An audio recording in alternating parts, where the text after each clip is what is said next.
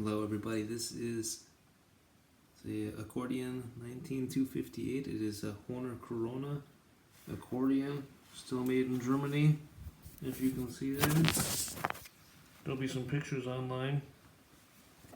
Anyway, this is a sound test. This is what the Germans call a steirisch accordion, which means that there's two standing notes. There's a standing C and a standing G, and what that means is that you have the same note on push and pull. So I'm going to go up and down the scales and I'll show you where the standing notes are, and you can get a feel for the sound of the accordion.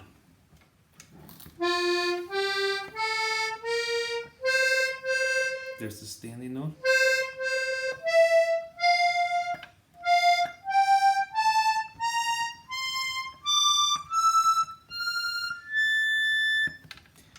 And here's the middle roll. The other standing note.